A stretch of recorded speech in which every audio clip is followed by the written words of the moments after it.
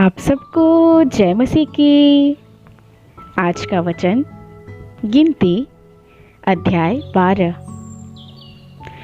मूसा ने एक कुशी स्त्री के साथ विवाह कर लिया था, इसलिए मरियम और हारून उसकी उस विवाहित कुशी स्त्री के कारण उसकी निंदा करने लगे। उन्होंने कहा, क्या यहोवा ने केवल मूसा ही के साथ बातें की हैं? क्या उसने हमसे भी बातें नहीं की? उनकी यह बात यहोवा ने सुनी। मूसा पृथ्वी भर के रहने वाले सब मनुष्यों से बहुत अधिक नम्र स्वभाव का था। इसलिए यहोवा ने एकाएक मूसा और हारून और मरियम से कहा, तुम तीनों मिलाप वाले तंबू के पास निकल आओ। तब वे तीनों निकल आए। तब यहोवा ने बादल के खंभे में उतरकर तंबू के द्वार पर खड़ा होकर हारून और मरियम को बुलाया। अतः वे दोनों उनके पास निकल आए। तब यहोवा ने कहा, मेरी बातें सुनो। यदि तुम में कोई नबी हो तो उस पर मैं यहोवा दर्शन के द्वारा अपने आप को प्रकट करूंगा या स्वप्न में उससे बातें करूंगा। परंतु मेरा दास मूसा ऐसा नहीं है। वह तो मेरे सब घराने में विश्वास योग्य है। उससे मैं गुप्त रीति से नहीं परंतु आमने सामने और प्रत्यक्ष होकर बातें करता हूँ, और वह यहोवा का स्वरूप निहारने पाता है।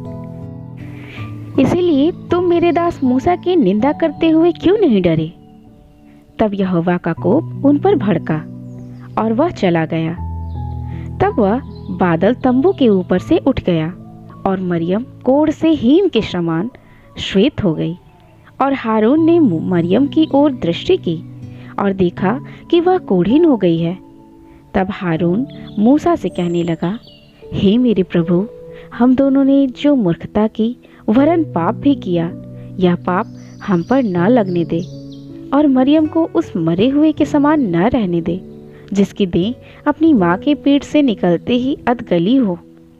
अतः मूसा ने यह कहकर यहोवा की दुहाई दी, हे ईश्वर, कृपा कर और उसको चंगा कर।